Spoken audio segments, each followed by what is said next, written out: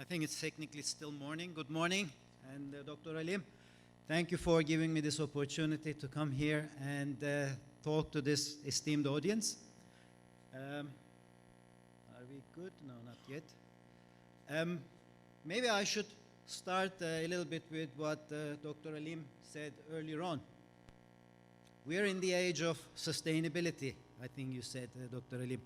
And I think we are truly in the age of sustainability simply because from a social, economic, and environmental perspective, if we take all three bubbles that we talk about so much today, scientists have been warning us that the point of no return is fast approaching on the environmental issues. So if we can't slow down the global warming, if we cannot stop the melting of the polar ice, mass extinctions of many species will start, our environment will change, and life on Earth will become somewhat impossible.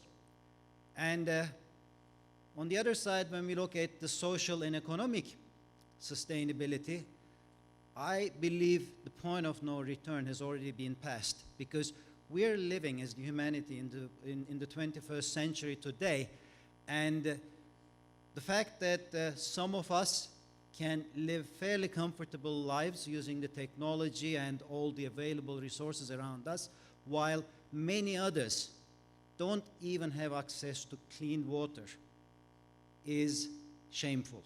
And in the 21st century, we as the humans, we as the global world, we cannot accept that to be the case. And as such, maybe what I'm going to share with you in the next 20-15 minutes can be mine or my company's legacy that we'll leave behind for our children. And I'm very excited to share, I would call it an experiment that we are doing as a company at the moment in Africa. And with sustainability so much at the forefront of the agenda and with so many pressing issues, I think as businesses, we have to think differently about how we do business, how we structure our businesses, and what outcomes we expect from our businesses. And in that respect, this is an attempt towards finding a different business model that's not only commercially acceptable, but also socially and environmentally sustainable. So I'll start with a simple molecule here. That's the molecule that we've been talking about so much today already when we talk about sustainability, because H2O as we know it, or water as it's called, is probably the most common, one of the most common molecules in the world, as well as one of those most studied. 70% of our bodies as humans is water. Water lubricates our joints. It helps us transfer food. It helps us transfer the toxins out of our body. It helps us digest. Animals need it. Plants need it. So without water, we wouldn't be able to survive.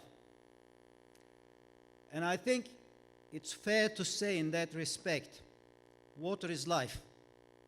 Not just for us, but also if you look at the agriculture, all the food production that we need to feed ourselves, that requires water.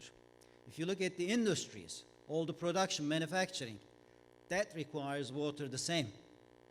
So whatever we do as humans on this planet, we need water.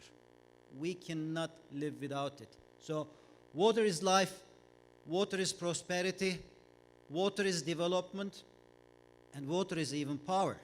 Think about all the dams that we have. That's the best and most environmentally friendly way of gaining renewable energy. And now we're even talking about water-powered batteries, water-powered cars. So no matter what we do, water is an essential part of our lives.